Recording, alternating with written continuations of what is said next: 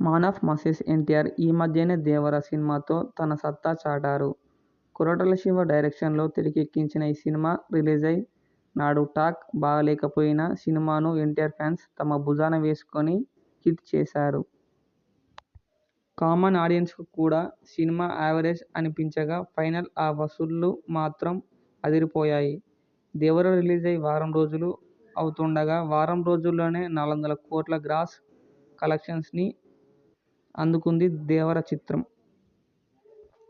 ఇక ఈ సినిమా తర్వాత ఎన్టీఆర్ హృతిక్ రోషన్తో వార్ 2 చేస్తున్నాడు. ఈ సినిమాలో హృతిక్ రోషన్తో ఢీ కొడుతున్నారు తారక్. ఇక మరోపక్క ప్రశాంత్ నీల్తో సినిమా కూడా లైన్లో ఉంది. ప్రశాంత్ నీల్తో ఎన్టీఆర్ చేస్తున్న సినిమాను మైత్రి మూవీ మేకర్స్ నిర్మిస్తున్నారు.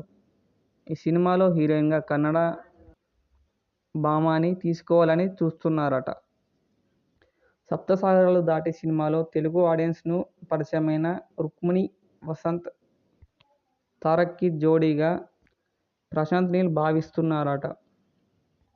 సప్తసాగరాలు దాటి సినిమాలో తెలుగులో రుక్మిణి సూపర్ ఫాలోయింగ్ ఏర్పడింది. ఖచ్చితంగా అమ్మడుకి టాలీవుడ్ కలిసి వచ్చేలా ఉందని చెప్పవచ్చు. ఎన్టీఆర్తో సినిమా అంటే స్టార్ స్టేటస్ దక్కినట్టే. తప్పకుండా అమ్మడు ఆ ఛాన్స్ అందుకుంటే మాత్రం దశ తిరిగినట్టే అని చెప్పవచ్చు.